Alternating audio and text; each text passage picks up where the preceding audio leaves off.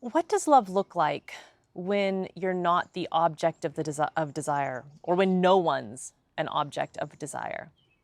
In so much literature, love is understood as having an object, the thing that is loved. And thing really is the right word, because even when it's a person who is loved, that person can easily become an object.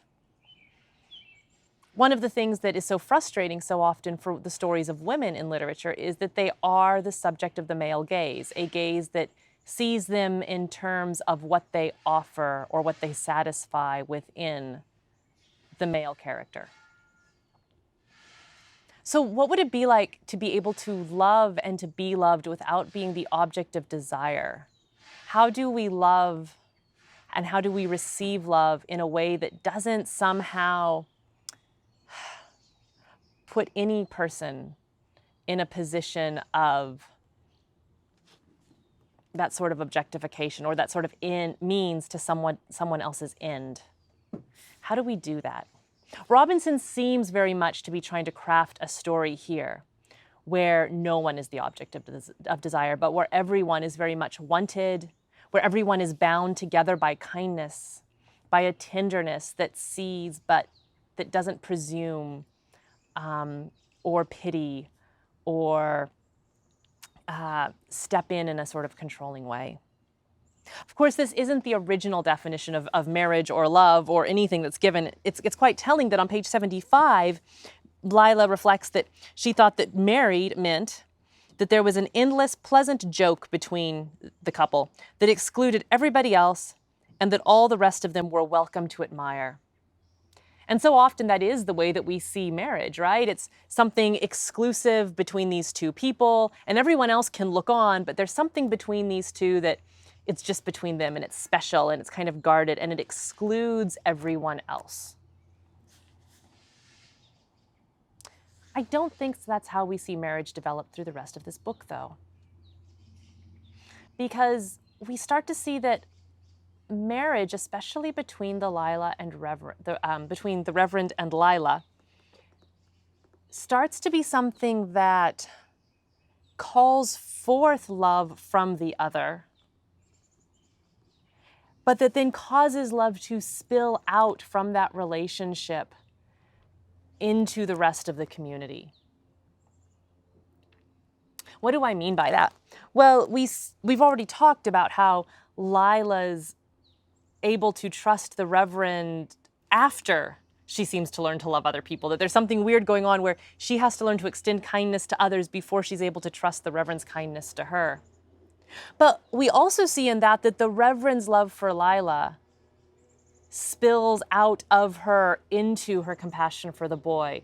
It's that image of blessing overflowing, right? This image of, like from the 23rd Psalm, my cup runneth over, right? That, or images from the prophets where the mountains run with new wine and the silos are bursting with grain, right? This sense of abundance, of blessing that doesn't stay locked between the Reverend and Lila, where they're just in their own special private world and they just have their own thing and everyone else is cut out, but where their love for each other that is growing and changing and learning to be love can't help but overflow and bless everyone around them. And the Reverend seems to kind of get this. On page 225, when they're talking about marriage and what happens in life, kind of as there is love and children and all of those things, the Reverend laughs because they're talking about Ezekiel, and he says, well, that baby you talk about, cast out and weltering in her blood, the Lord takes her up. He looks after the strays, especially the strays. The story is a parable about how he bound himself to Jerusalem when he told her, live. It's like a marriage, more than a marriage. It's like a marriage, live.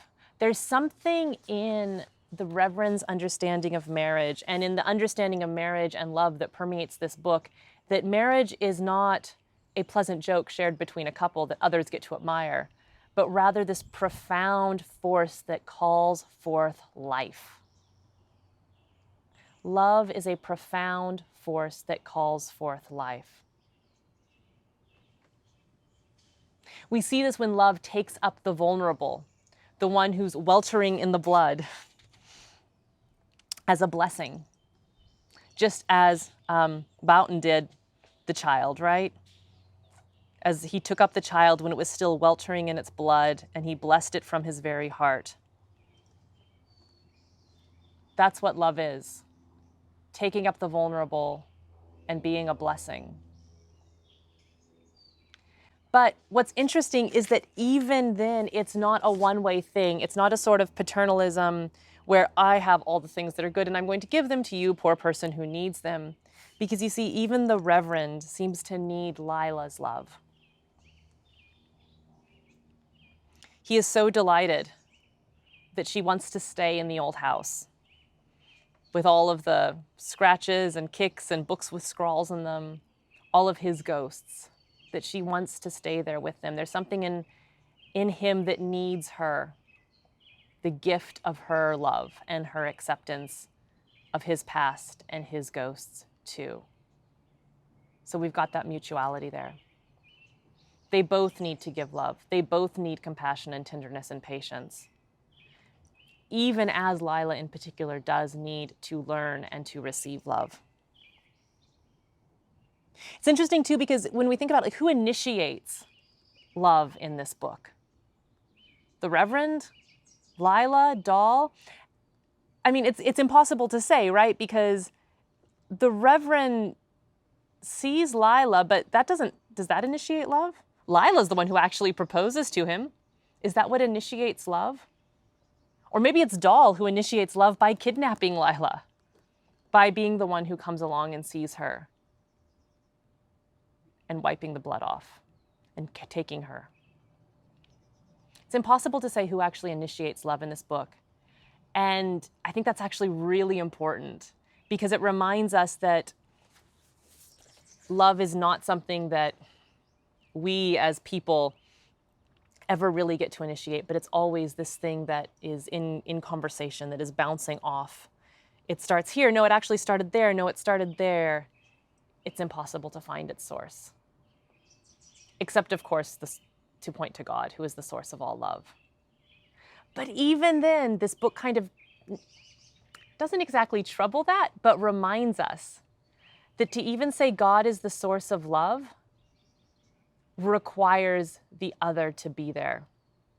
Because for God to be the source of love, love is generative in this book. Love calls forth life. Love calls forth the other, even if it doesn't exist. It's no accident that the Reverend and Lila have a child. It wasn't intended. It wasn't on purpose. It wasn't part of the plan. Neither one of them even thought it would be possible. But love tends to generate life. It's just what happens. If God is love, it is no wonder the universe exists. Of course, if God is love, he would generate life. And what we start to see then is that holiness and goodness, these things, it's not some sort of shallow morality or upright living, but the shocking and inexplicable beauty of tenderness and of compassion and of shame that is acknowledged and faced.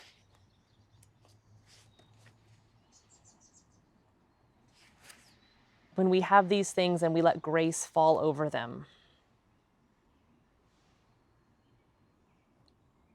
that's what love looks like. That's what holiness looks like. And it's in those moments that there is life. As you finish this novel, I want you to think about this idea of how love seems to generate life and how love seems to spill over to bless everyone in this novel. And then ask yourself, where do you see this in your own life? Where do you see God's love spilling over and blessing the world? Where do you see in your relationships that sort of love that generates and spills over and blesses everyone around you?